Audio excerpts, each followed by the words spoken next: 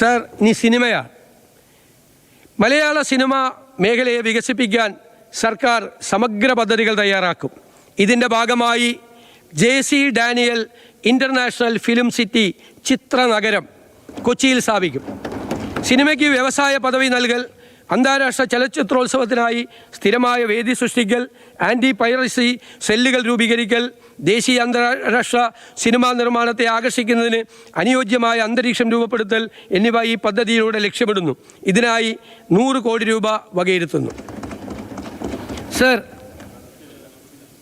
MT Vasudevan Nair സ്മാരക cultural park ലോകം digital സംസ്കാരത്തിൻ്റെ സ്വാധീന വലയത്തിലായതോടെ നമ്മുടെ സാംസ്കാരിക തനിമ ഭീഷണി നേരിടുകയാണ്.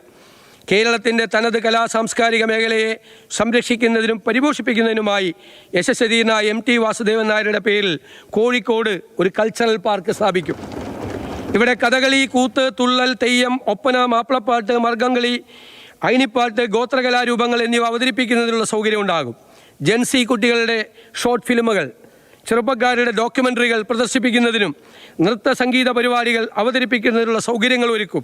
ഇതിനു പുറമെ സിനിമാ തിയേറ്ററുകൾ, ലൈബ്രറി, ആർട്ട് ഗാലറി, ചരിത്ര മ്യൂസിയം, സാഹിത്യ ഭാഷാ മ്യൂസിയം, എഴുത്തുകാരുടെയും മറ്റു പ്രതിഭാശാലികളുടെയും ശബ്ദ മ്യൂസിയം, കുട്ടികൾക്കും വയോജനങ്ങൾക്കും പ്രത്യേക ഇടങ്ങൾ, വിശ്രമവേളകൾ കുടുംബമായി ചെലവഴിക്കുന്നതിനുള്ള ഇടം, ഫുഡ് കോർട്ടുകൾ, ബുക്ക് ഷോപ്പുകൾ, ആർട്ട് മെറ്റീരിയൽ ഷോപ്പുകൾ, ടൂറിസ്റ്റ് ഗസ്റ്റ് ഹൗസുകൾ, ഡോർമിറ്ററികൾ എന്നിവ സജ്ജീകരിക്കും.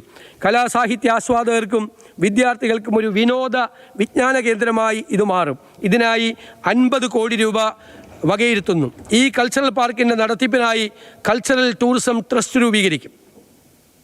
സർ, മൺമറഞ്ഞ പ്രശസ്ത സംഗീത സംവിധായകൻ ജോൺസൺ മാസ്റ്ററുടെ പേരിൽ തൃശ്ശൂരിൽ ഒരു പുതിയ മ്യൂസിക് അക്കാദമി ആരംഭിക്കും.